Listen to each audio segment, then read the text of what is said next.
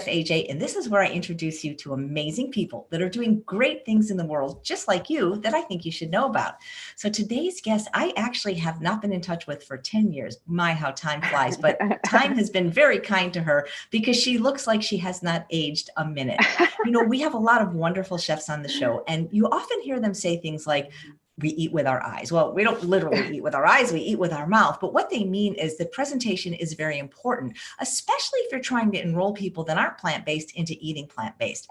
And her food is delicious, without a doubt, but her presentations are just some of the best I have ever seen. She used to be the executive chef at a restaurant in Los Angeles 10 years ago called Crew. That was just an amazing restaurant. She specialized in both raw food and cooked food and just beautiful desserts. And I'm so happy that this is what the best thing about this show is I get to catch up with people that I haven't seen. Yeah. You know, when I was doing conferences, I could maybe hire 7 speakers a year, but now I can hire 7 a day if I want and give everybody a voice to what they're doing in the plant-based world or in the world in general. Please welcome Chef Rachel Carr. It's so good to see you. Hi, AJ. Thank you so much for having me. I'm very excited to be on your show today. Yeah, I don't know what took me so long because your food is beautiful and the recipes you submitted, instant pot lentil tacos with a Jicama Slaw and a mango Pico De Gallo. Yeah. And the pictures, you know, your photography, your food is beautiful like you. You really, I remember we did a video 10 years ago where I was tasting the desserts at Crew, and it doesn't have very many hits on my website, but it just shows how beautiful your food is. Where did you learn how to make things obviously delicious, but also so beautiful?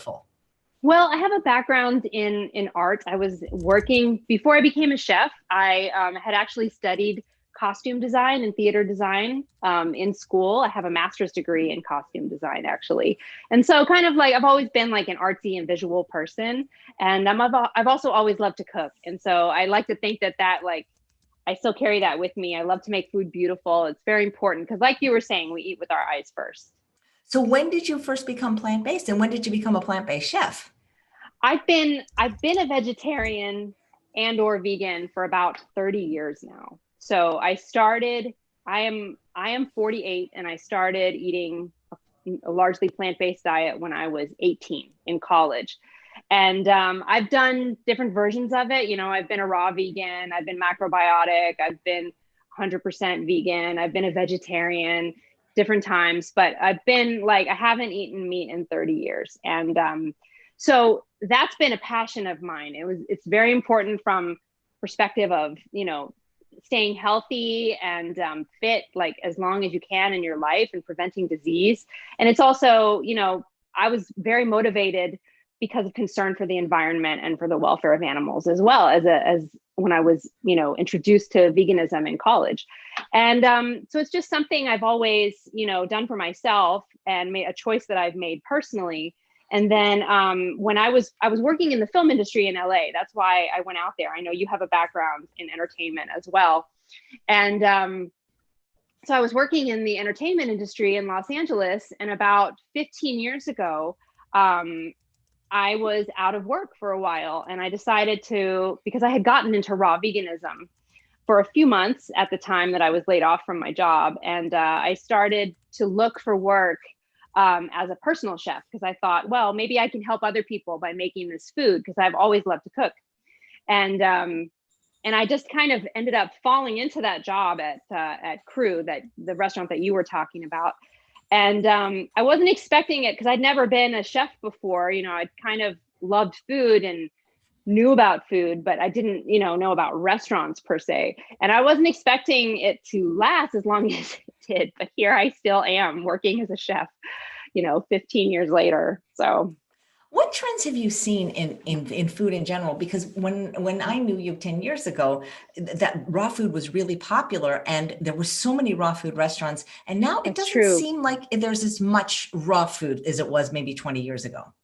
Yeah, it's funny, isn't it? Like there was definitely like a huge kind of it like ascended, you know, for about 5 or 6 years. And there was a blossoming of different restaurants. But I just think that it's well, what as a operator of a raw vegan restaurant, I can just tell you that it is it's like a very high quality food. There's no fillers, there's no junk in it.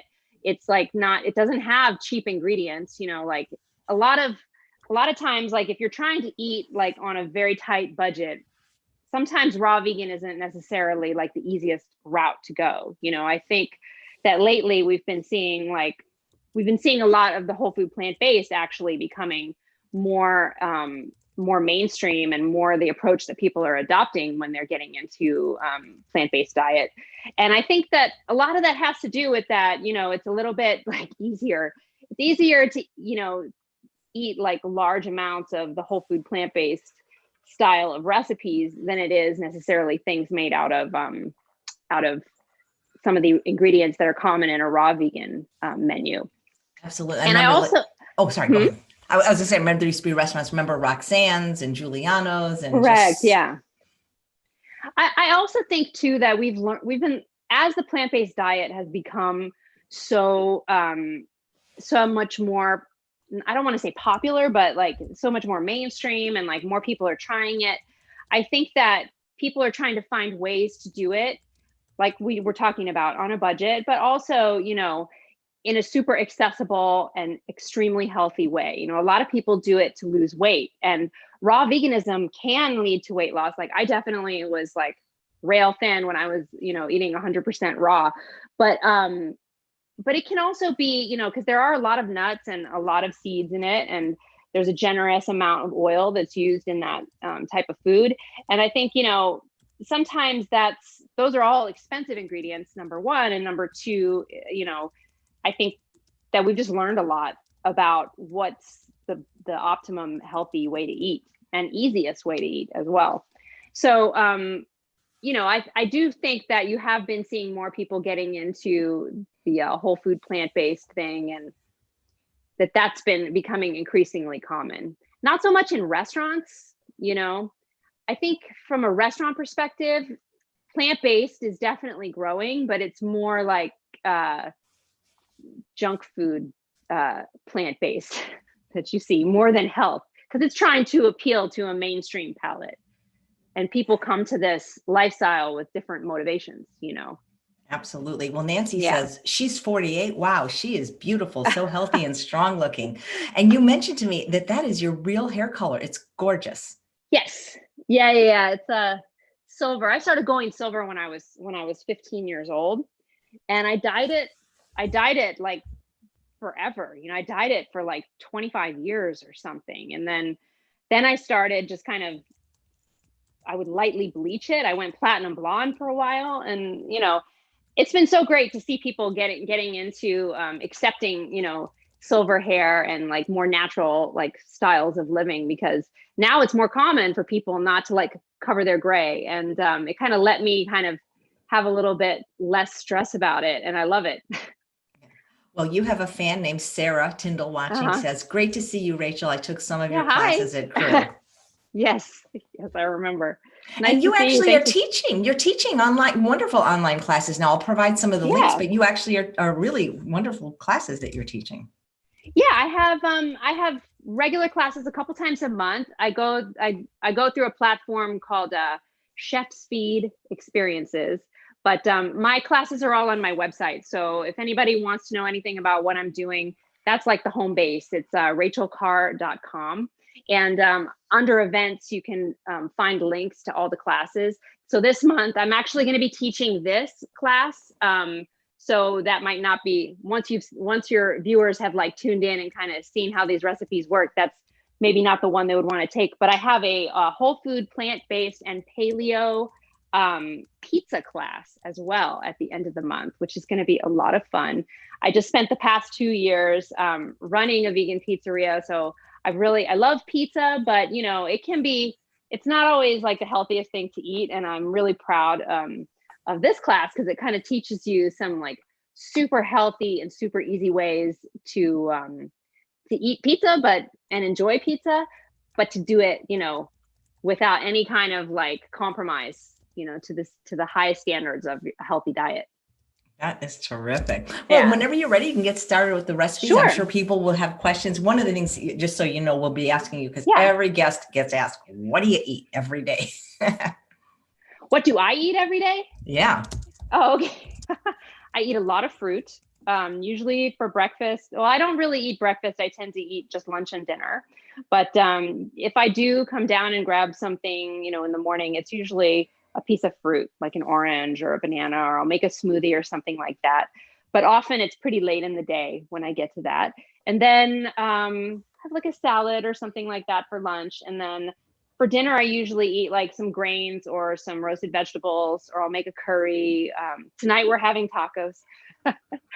And you know, last night I made some Indian food. I made palak chana, which is like a kind of a like a creamy chickpeas and spinach dish.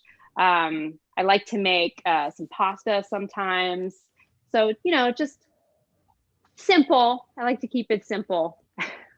That's great. So this is an interesting question from Bella. She says, I would love to know why restaurants, especially whole food plant-based ones, don't Yeah. offer air fried foods. Are there no commercial air fryers, or is it the time, energy, cost that makes it not beneficial for the owners? There is a restaurant in Petaluma that does offer sweet potato fries and regular fries, and they have this huge commercial air fryer. But I think she's right. You don't see a lot of air fryers in restaurants.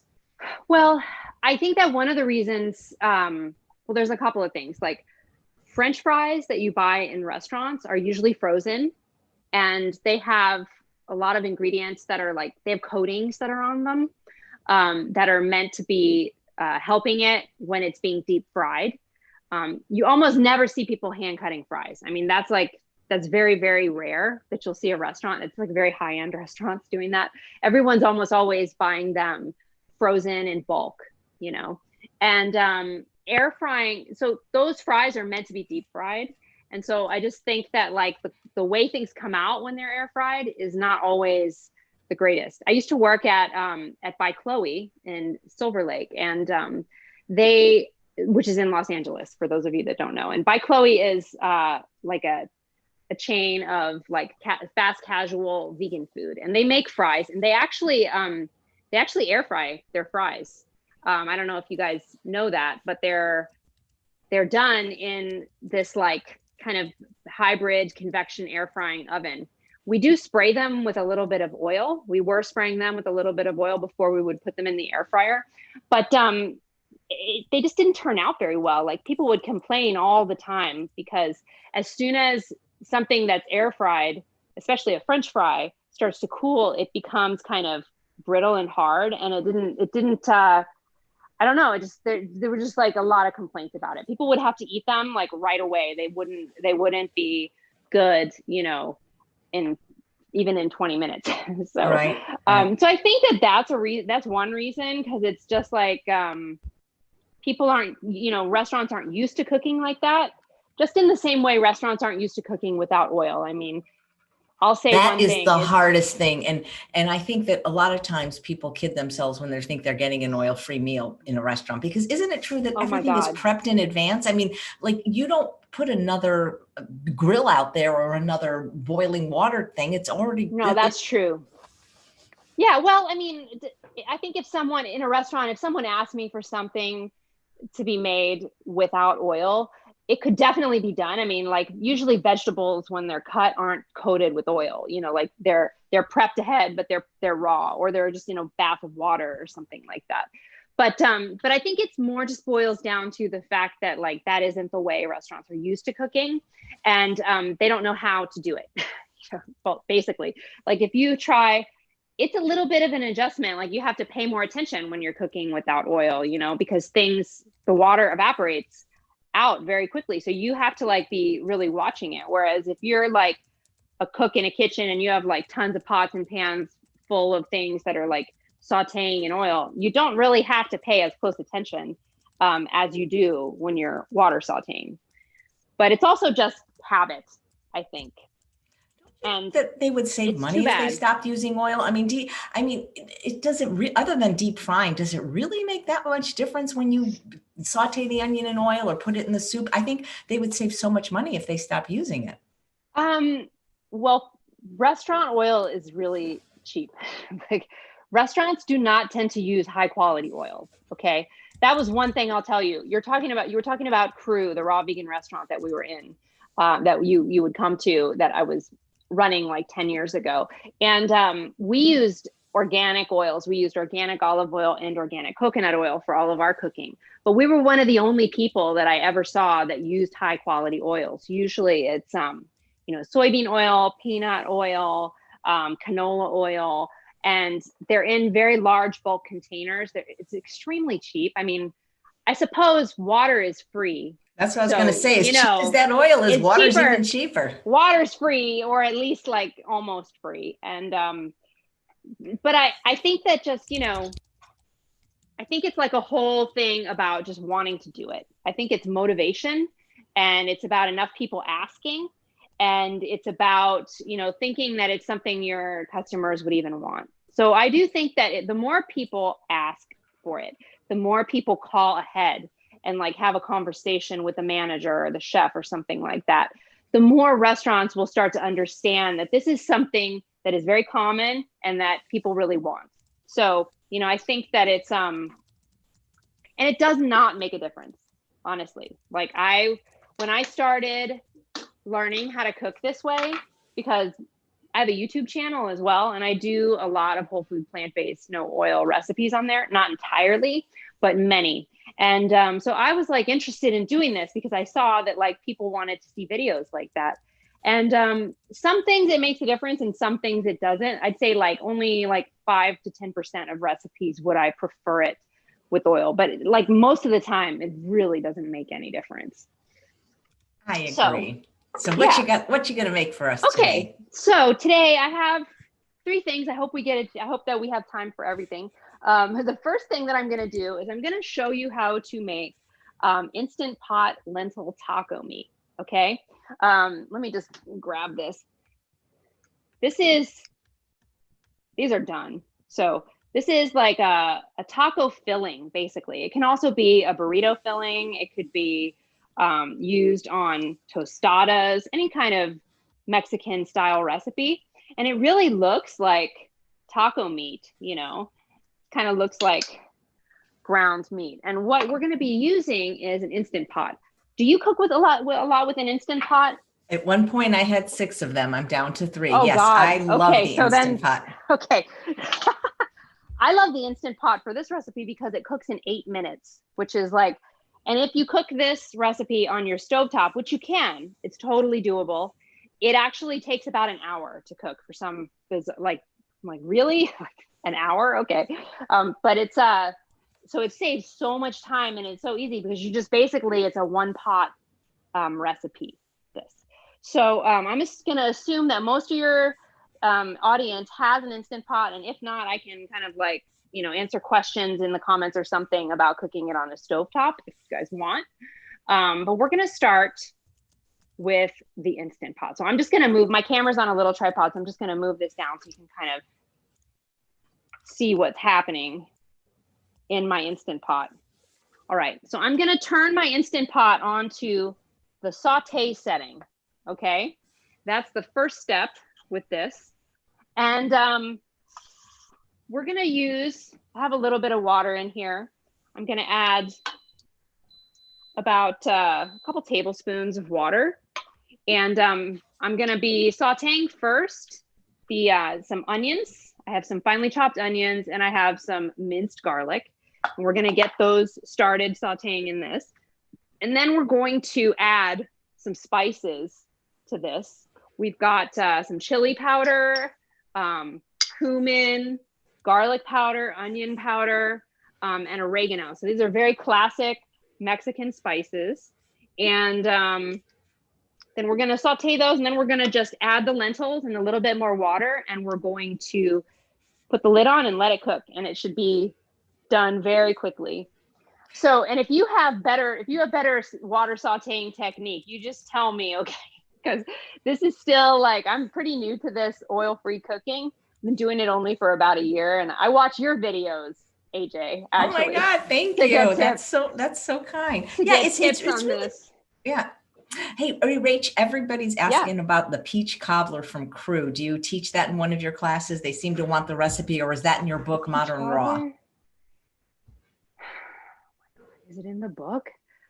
I don't remember if it's in the book. Oh my gosh. I think I did do one of the cobblers in there. They really remember that? That's awesome. I think it is, but I don't know that it's peach. I think it's apple. I think I did it as an apple cobbler. I can grab one of my books in a little bit and, take a look. I don't remember, honestly, if that's in there. But a lot of the recipes are. The key lime pie is in there. The cheesecake is in there. The crepes are in there for people that were eating there. I had this delicious like avocado chocolate crepes. I don't know if you remember those. I'll just post yes, absolutely. Yeah. Your desserts were amazing. Yeah. And I posted the link a couple times to the book if you guys want to check that out. Okay. All right. So this is heating up. I can feel it. It's going to start bubbling pretty soon. I'm just going to go ahead and get the onions and the garlic in there. This is such a fast recipe, but it does take a minute for the Instant Pot to get going. And then while that's heating up, I'll talk about some of the other components that we're gonna have with these tacos, okay? So basically, like, these are pretty simple tacos. We're gonna have the lentil taco meat. We are gonna make a mango Pico De Gallo to go with it. And then we're also going to make a slaw out of jicama. I don't know how many of you have used jicama to make different recipes, but this is a jicama. It's like it's a great vegetable. It's kind of like a cross between, oh my God, what is it a cross between? Like an apple and a potato. That's what I was going to say. And have you ever had Jicama tacos? Have you ever had that where they slice it really thin into tortillas? Yes, I have. And that is another thing that you could do with this as well. Even though that would be a lot of jicama if you were having the jicama slaw with this. It's so fun though. I wish I could do it myself because they're like $3.99 at Trader Joe's, but you would really, I think you need a special mandolin to get it to go that wide. Well, we used to use jicama to make spring rolls at Crew, and those were made with a deli meat slicer. Like, we had a big like deli slicer in the back because this is a mandolin. We're going to be using this tool to make the slaw so that we can get that jicama cut really nice and fine. But as you can see, it's only like 2 inches wide across here. And so that would be, you can't fit this whole vegetable on there. You have to kind of like cut it down to the right size so that it fits in your mandolin. So yeah, you'd have to have a really big mandolin slicer basically to do that. And then for the tacos, I'm gonna show you, well, we have corn tortillas, that can always be used, but I've also got lettuce tacos. They're so simple, but they're so good. Lettuce tacos are one of my favorite things. And these are basically just where we're gonna be taking the lettuce leaf, and I'm sure you've all seen this a million times before, and we're gonna use this as the taco shell. This is just a romaine heart, it's off a romaine heart. And it's just so simple and so fresh. Okay, so I've got my onions and garlic are kind of simmering here. Now, your audience probably knows all about water sauteing, but I'm just keeping an eye on this because I put a few tablespoons of water, and the idea is that we want to make sure that you don't want to be like boiling your onions. You just want to have enough liquid in there so that they're not sticking to the bottom, and that you can kind of see a little bit of like simmering around the onions at the bottom, And if you start to boil off all the water and you start to see like the onions sticking, you can always just do a splash more of water just to kind of keep everything moving around in the bottom of the pan. Okay, so do you find a big difference in onions? I know different chefs say different onions are better, or different onions better for things. Like, I love the sweet onions. I love the red onion. I mean, I love all onions, but is there really that much difference if a yellow, a white, a sweet, a Maui, a red? I like red onions for everything. I just think they have more flavor. I don't like raw white onions for some reason. Like in salad, I only like to have red. So I only usually have red onions around. If I'm making soup and I'm going to be caramelizing them, it doesn't really matter. But for things where you're going to be noticing the onion, I like red. But it's just a habit of mine to use red. I do know that that red onions will make you cry more. I don't know if you knew that. It feels that way for sure. Yeah, red onions make you cry more. Okay, so these have been sauteing. They're looking pretty good. we're starting to see that the onions are nice and soft and they're getting a little translucent. So that's a sign that it's time to add the spices. So I have a little cumin. I'm just going to dump everything in, okay? Chili powder. You can also use paprika if you don't have chili powder, if you don't like things too spicy. I have a little bit of oregano. This is dried oregano here. What is your favorite spice? Smoked paprika. Me too. Yeah, that's my favorite. It gives the best flavor to things. Okay, this is a little bit of garlic powder, just a little bit. Even though we have fresh garlic in there, I think it just adds like a depth of flavor. And then I've got some tomato paste as well. So I'm gonna dump this in. And we're going to mix these and we're gonna let it kind of just cook for a little bit. And what this is gonna do, this is actually something that is very common in Indian cuisine, is where they cook the spices with the onions and the garlic and the ginger or whatever ingredients are in their recipe. They cook the spices and it opens the cooking of the spices at this stage of the recipe allows them to open up their flavor and make the recipe and the kitchen very fragrant. So your kitchen will smell wonderful if you do this. Okay, now, and just for a second, and you can see, I don't know if you can see, but the tomato paste starts to stick a little bit to the bottom of the pot. I'm not burning it. It's just kind of getting a little sticky. That's okay. Don't worry so much about that. It's actually kind of caramelizing both the tomato paste and the onions a little bit by cooking it just on the in the Instant Pot without adding the liquid yet. Okay. At this point, so this is looking really good. This is like our onions and spice mix. Okay. I'm going to add the liquid now. This is the water, and I'm going to add the lentils. Okay. And I'm going to add some sea salt. And that's basically it. Then I'm going to put the lid on this, and we're going to cook it for 8 minutes on high pressure. And let me see. This is not my Instant Pot, but that's the right position. Okay. So yeah, for those of you, oops, I'm gonna set it to beans. Oops. Beans. And it's already at 8 minutes because I cooked some earlier, and it's on high pressure, and it's gonna just do its thing. That's what I love about Instant Pots. They just do their thing, don't they? I know. Set it, forget it. Really. Yeah. Sometimes people say they're afraid. There's nothing to be afraid of. They're not like the stovetop ones. They won't explode. Oh my God, the stovetop ones were just like so scary.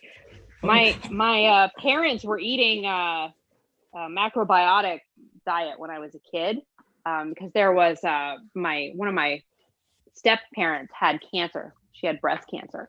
So our family, and that's one of the things actually that motivated me very, very strongly to be interested in the impact that food has on your health, right? She was able to actually extend her life about 10 more years past the diagnosis that she had, which was basically, I think they were like, you have 1 year to live or something like that. And through diet, and other things, other healing modalities, she was able to really have so many more,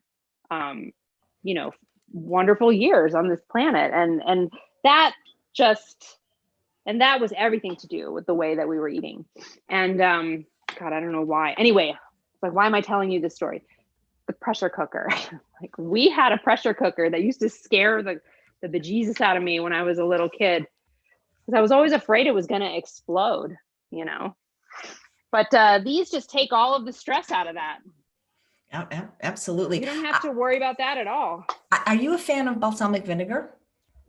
I am. I love the flavor of it. I normally cook with apple cider vinegar, though. Like, that's my kind of go-to overall vinegar that I use. But I do like balsamic because I love the flavor that it gives. And especially if you're doing oil-free, I like it better than apple cider. The reason I ask is because Thomas Allen, the owner of California Balsamic, just joined the live broadcast, and he is the sponsor of the show. And every guest that lives in the United States gets to choose 2 free samples from a wide variety of flavors. So maybe you can incorporate some of those in your recipes. Okay, that's amazing. I would love that. Okay, so the beans are cooking. That's the most important thing. They just need 8 minutes. So basically, by the time you're done making these other like pretty easy, fast, and fresh components, your lentil taco meat is going to be ready to go. So it's a perfect recipe for, you know, a weeknight dinner, because it's kind of set it and forget it. And then the rest of the taco toppings can be whatever you like. So we're going to do some mango pico de gallo. All right. So the ingredients that go in this, I have a mango, and I'm going to show you how to pit it. I mean, I'm sure you guys all probably know how to pit a mango, but I'm going to do that for you the way I like to do it. And then I've got some chopped bell pepper here. I have a little bit of lime. I have some onion that we're going to cut up, and some cilantro. And then I think I'm going to do a jalapeno in it just for a little kick. Okay. So let's start first with the mango. I'm just going to show you. I've cut off flat the bottom and the top. Okay. That's to make sure that you have a nice flat surface so that it's secure, because mangoes are extremely slippery. As you know, they can they're like trying to hold, I don't know. They're like trying to hold a fish in your hands or something. They're very slippery. So you want to have it be stable. So I am going to go around with my knife, and I'm going to be cutting the skin off. I'm sure there's someone out there with a better way of slicing a mango than this. Yeah, my better way is to go to a store where it's already sliced. That's my better way. Yeah. I just have to acknowledge someone. Yes. Andy Miles, who made a super chat donation. Thank you so much. You have to watch the show to understand what this is. The bell either delights people or annoys them. Just like everything else in life, 50% of people are going to like it, 50% exactly won't. But it's purple, so yeah. So we've got the skin off of this, and kind of go around the bottom and like cut off any extra pieces. And then basically you want to figure out which direction the pit is going, because the pit is like kind of narrow and like skinny and wide at the same time. Okay, so I think it's kind of, oops. There we go. And I'm basically going to cut the flesh off around the pit. And I'm just kind of turning the mango.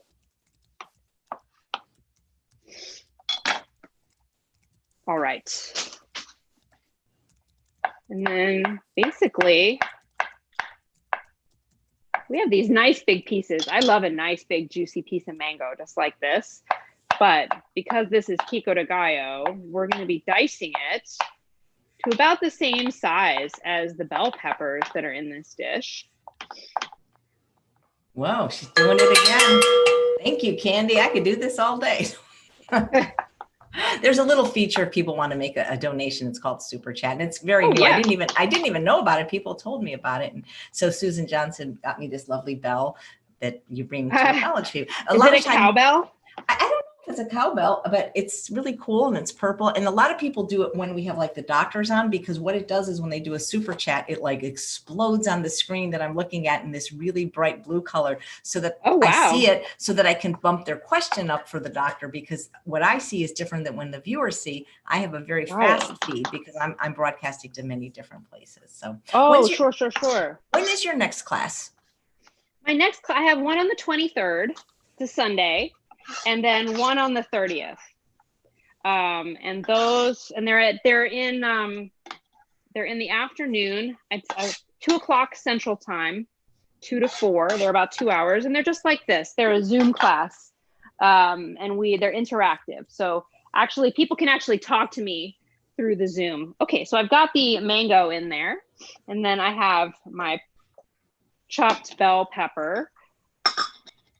I'm gonna roughly chop up this cilantro. Don't you love cilantro? One of my favorites. Some people think it tastes like soap, apparently. That is true. My mother feels that way about cilantro, and actually my best friend does. But how do they know what soap tastes like? This is what I'm not understanding. I think it's part of the scent. I'm doing a little lime in this now too, you guys. I think it's the scent. Honestly, I personally do not like things that, like recipes that contain rose and lavender, like culinary recipes. I love it in body products. But if I'm cooking, there's a lot of desserts where they do that. But to me, it like smells like soap. But cilantro doesn't have that flavor because it just reminds me of, something I would get at Bed Bath & Beyond or something. Okay, so now I'm just chopping up a little onion. There we go. You have very good knife skills. That's one thing I didn't excel in culinary school. Oh, you went to culinary school?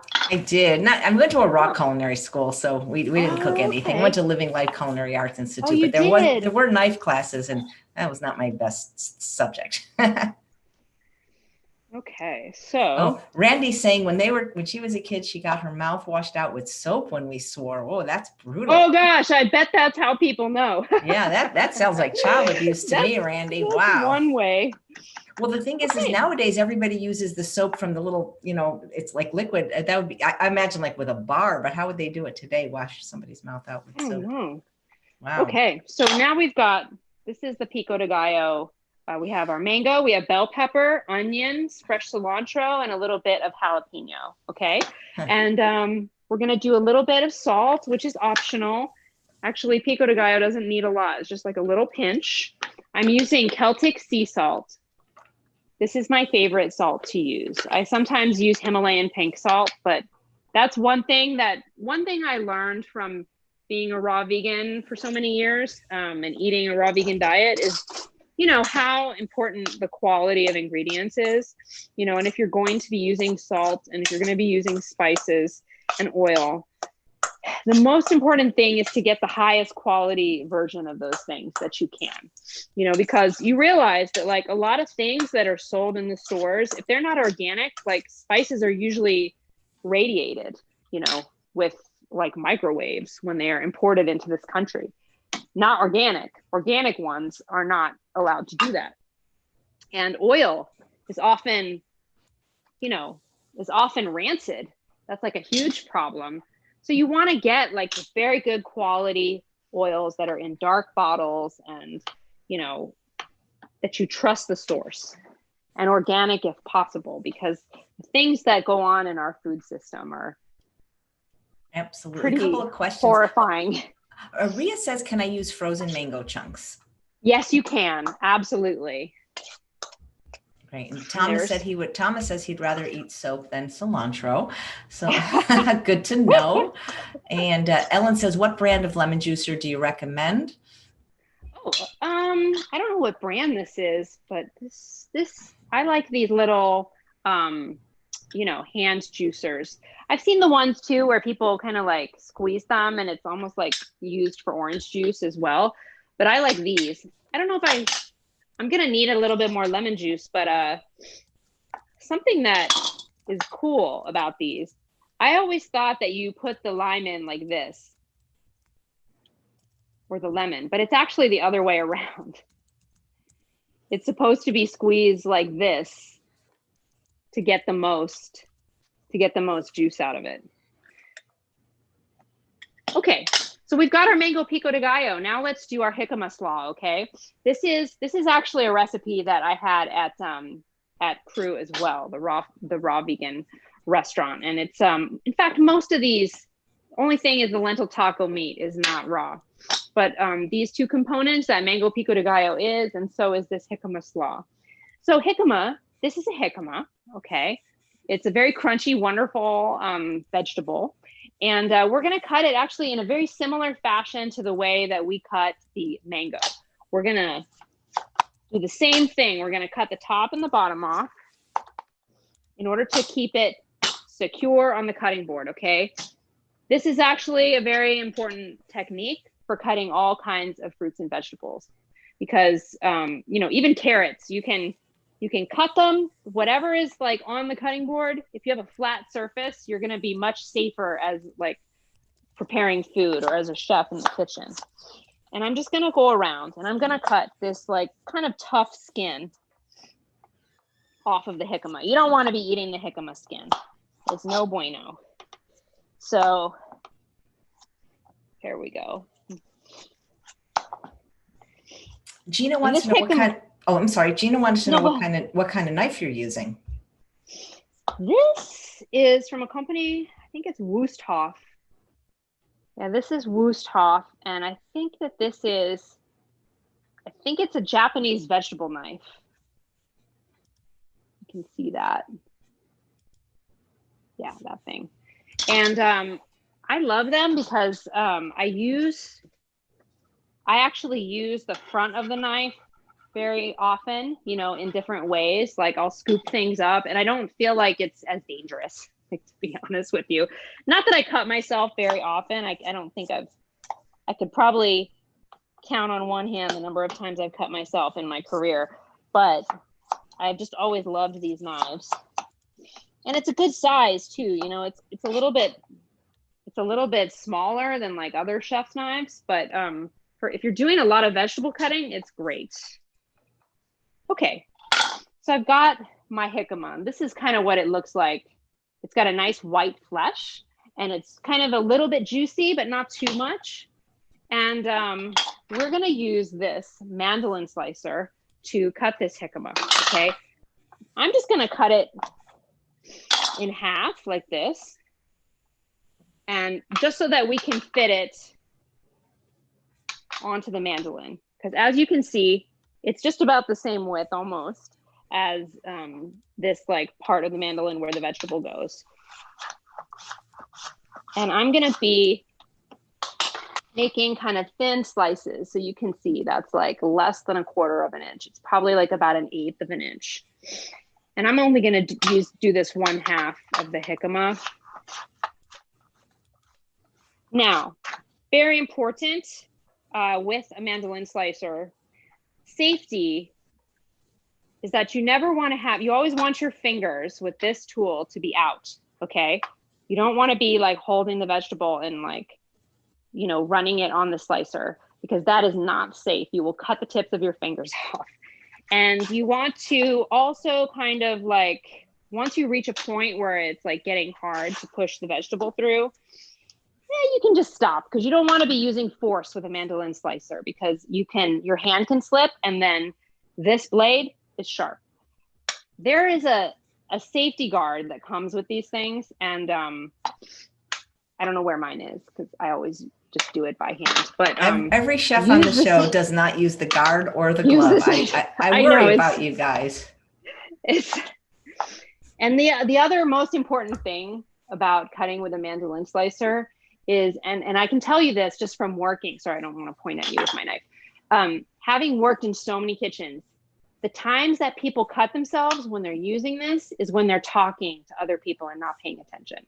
It isn't usually because of the way they're handling it. It's because they're not paying any attention and they're getting distracted. And that's when they cut themselves. So it's important when you're doing a task like this, that's with like sharp implements, that you are present, okay? And that you pay attention to where your hands are, what's going on with the vegetables, like where, you know, and that you're just taking things step by step, all right?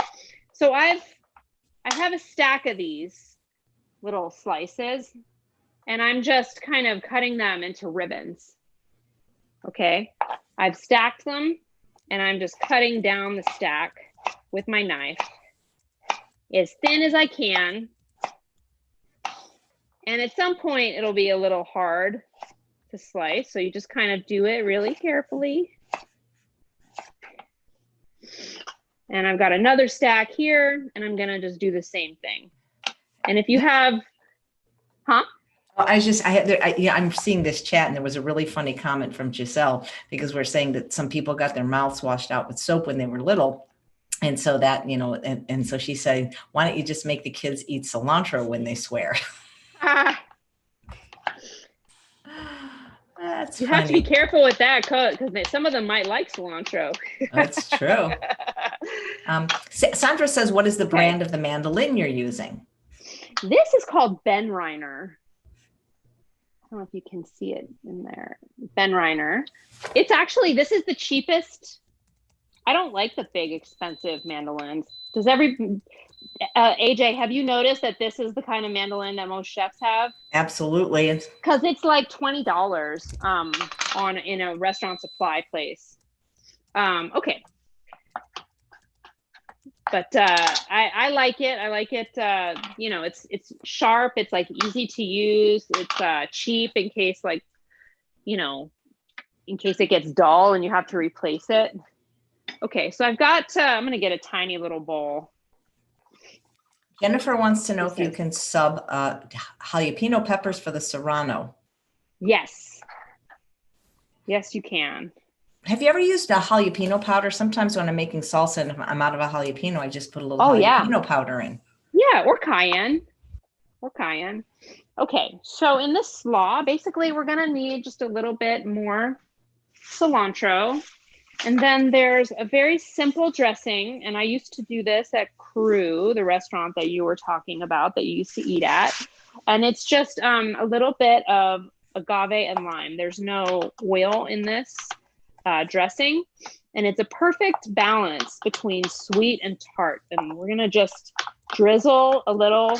I'm going to use maple syrup today, actually. I think I might need a bigger bowl than this. like a really small bowl. Sorry about that. Okay. And then I'm going to take my lime. Pardon? Oh, sorry. Question from MG. Where do you find good stainless steel bowls like the one that you're using? Well, these usually restaurant supply places. I mean, I'm in them pretty frequently, so I just pick them up there. But yeah, and I think you can. I don't think they sell these kinds of things at Sur La Table. They always seem to be like fancier, like they have like rubber bottoms or they're like super deep. I like these kind of shallow ones. And if you have like a place that just sells, you know, like kitchen tools to chefs, like for basic restaurant stuff, they're pretty inexpensive and they're very, very common. Okay, so I'm just gonna get, oh, there they are, my tongs. I just don't want to stick my hand in this, that's all. Okay, so I've got my cilantro, my jicama. I squeezed my lime into this. And I'm just gonna do just a little quick drizzle. This is just maple syrup, okay? And then I'm gonna do definitely a pinch of salt in this, again, with the Celtic sea salt, okay? Would it be okay to use date syrup? I like to use date syrup. Oh yeah, I love date syrup so much. I just can't find it here. I'm in St. Louis right now. So, you know, like there's certain things that are just not available. Like California is, in many ways, you know, that's like a wonderful aspect of it. It's like it's like the homeland of health food.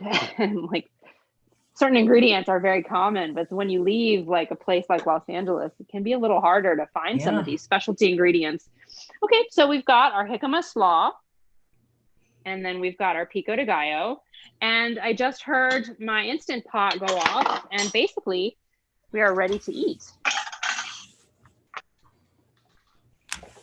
Okay. Lentil taco meat is so versatile because you can make burritos, you can make tacos, you can make nachos. So true.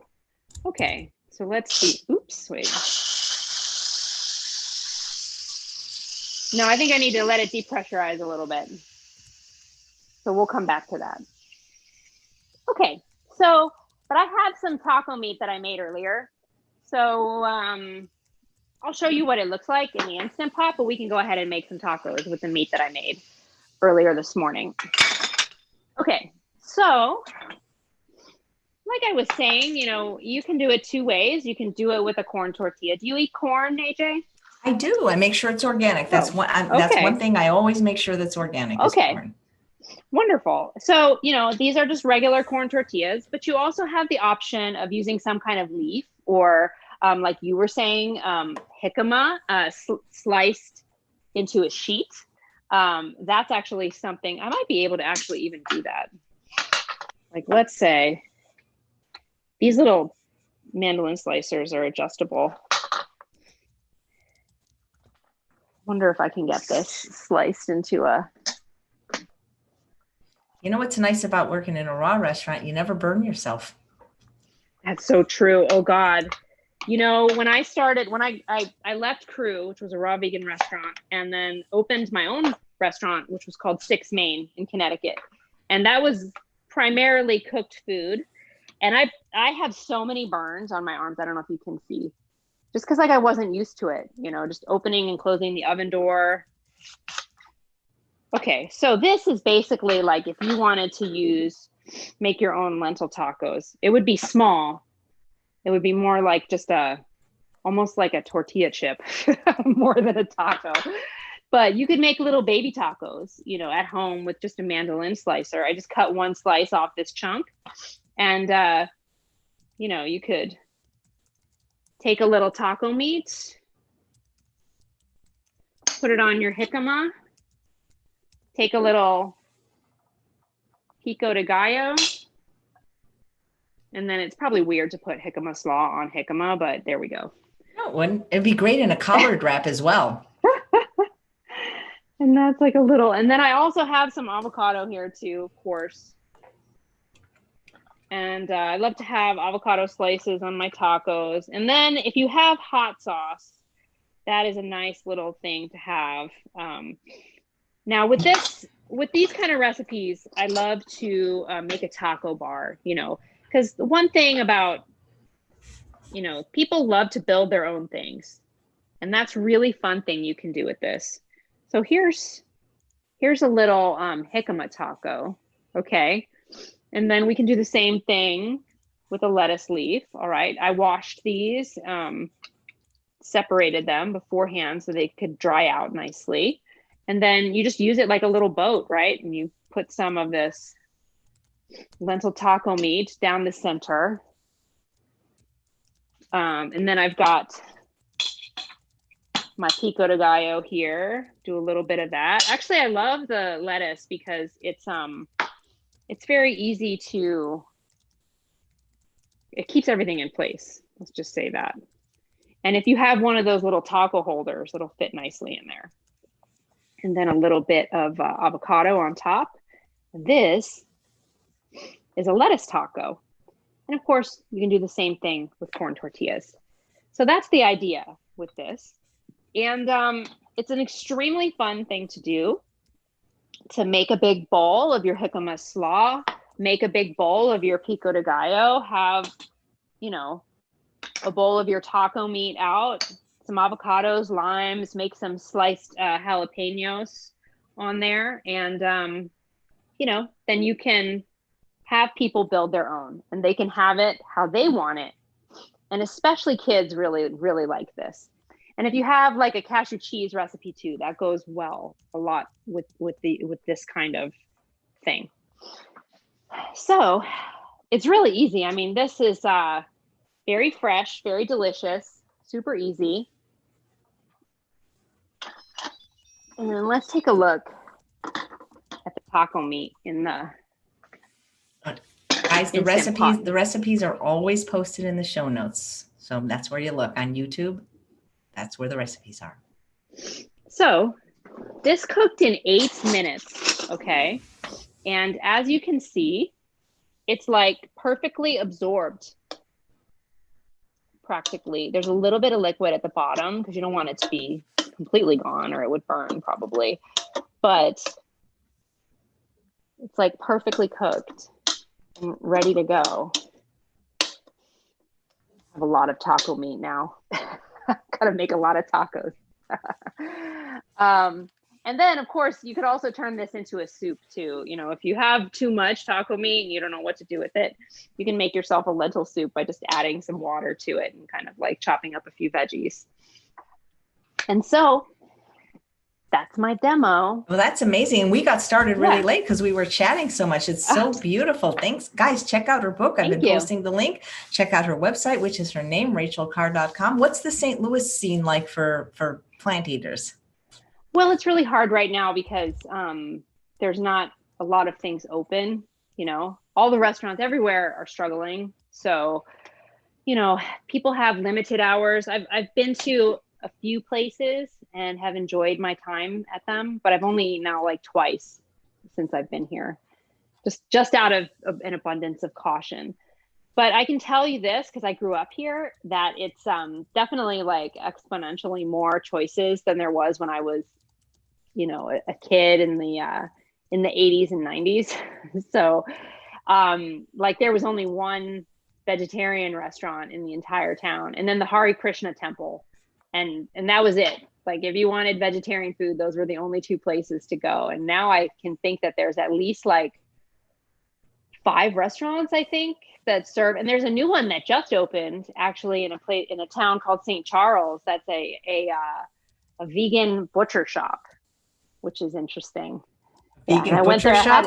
Oh my goodness. Yeah, I know. They make their own pastrami and meatballs and all of this stuff. And I thought that was like, because you know, this is like a big meat eating part of the world. I don't know if you've spent any time in the Midwest, but you know, people love barbecue, people love sausage and bratwurst and, you know, all kinds of like animal products. So, you know, I think it is interesting to see kind of, you know, the explosion of choices of plant-based meat options in particular that you've been seeing coming out on the scene, both in terms of like products that are available in stores. That's huge.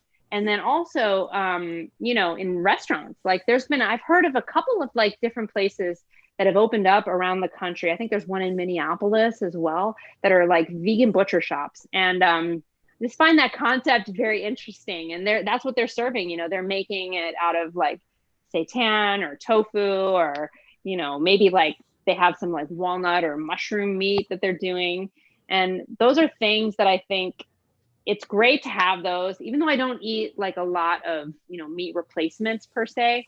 But I do think it's important, you know, it's important that we have things that are available and, you know, for people that are transitioning, because eating lots of like a variety of fruits and vegetables is not the way that most people eat. You know, people think about like the center of their plate is a big piece of meat, and then there's like a starch like rice or potatoes, which is fine. But then, you know, the vegetable is very much like a side, an afterthought, right? And like to I think to successfully, you know, pursue a plant-based diet, it's important to, you know, we have so much more variety of things, so much more variety of textures, flavors, colors, styles of fruits and vegetables that we can eat. And that's really like, you know, to celebrate that and to try to use like such a wide variety of things is like one of the things that makes a plant-based diet more satisfying.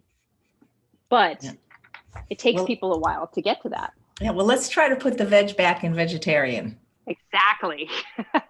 Absolutely. Well, people are really loving your demonstration. They say you're lovely on camera, informative. And so I'm asking if they want you back. And so far, we're seeing a lot of yeses. So I know it took a while to get you on. So you are amazing. So yes, I did ask her what she ate for breakfast, and she said she usually doesn't eat breakfast or she has fruit. Do you exercise a lot to maintain your? I do yoga. Figure? I practice yoga every day. What kind? What kind of yoga? Just hatha yoga. I mean, I take I do it through a website called Yoga Glow. Do you know that? I don't. It sounds great. We're going to actually, you know, I'm sorry to interrupt, but we're starting to do on this show, we're going to be doing evening episodes with live yoga classes starting next week. Oh, wow. Okay. Yeah. Maybe exciting. You'll tune in. I will. Yeah. And also, you know, there's some really great, like a lot of the teachers that I used to take live classes with in LA, because I've been a yoga practitioner for like, I don't know, 20 years almost. they're all offering online classes now, with this, like, with the situation that we're all in, and like yoga studios being closed. It's just wonderful to see that you can still, and they're great. It's kind of sweet actually to like be in your home and like see the other students, in their homes practicing. It's something that I've enjoyed. It's something that's been like helping me, you know, not be able to get out and about. Yeah. Well, thank you so much for your beautiful recipes and presentation. We really appreciate it. Wonderful. Thank you so much. Maybe next time we'll do some desserts. Oh my God, that would be amazing. Yeah, that would be really good. That would be amazing. Oh yes, we definitely want you back for that. It's funny because I'll talk to you offline. I think I might have just had a cancellation in December, so maybe if that date works for you, we could do a dessert class. That would be amazing. Absolutely. So yeah, it might be a holiday week, but you never know. If you might. Well, that could be great because we could do some holiday desserts. Actually, that would be really, really fun. Right. Well, I'm going to text you as soon as we're offline. Okay. Thank you guys so much. Thank you guys so much for watching another episode of Chef AJ Live. Please come back in 2 hours. We have a second show today with James and Dahlia Marin. They are dietitians who are not only married to health but married to each other. And they work with Dr. Angie Sadeki, a wonderful plant-based gastroenterologist. And they're going to talk about how you can optimize your gut health using plants. Thanks again, Rachel. So great to connect with you. Thank you so much for having me. And I really appreciate everyone who tuned in today. Have a beautiful day.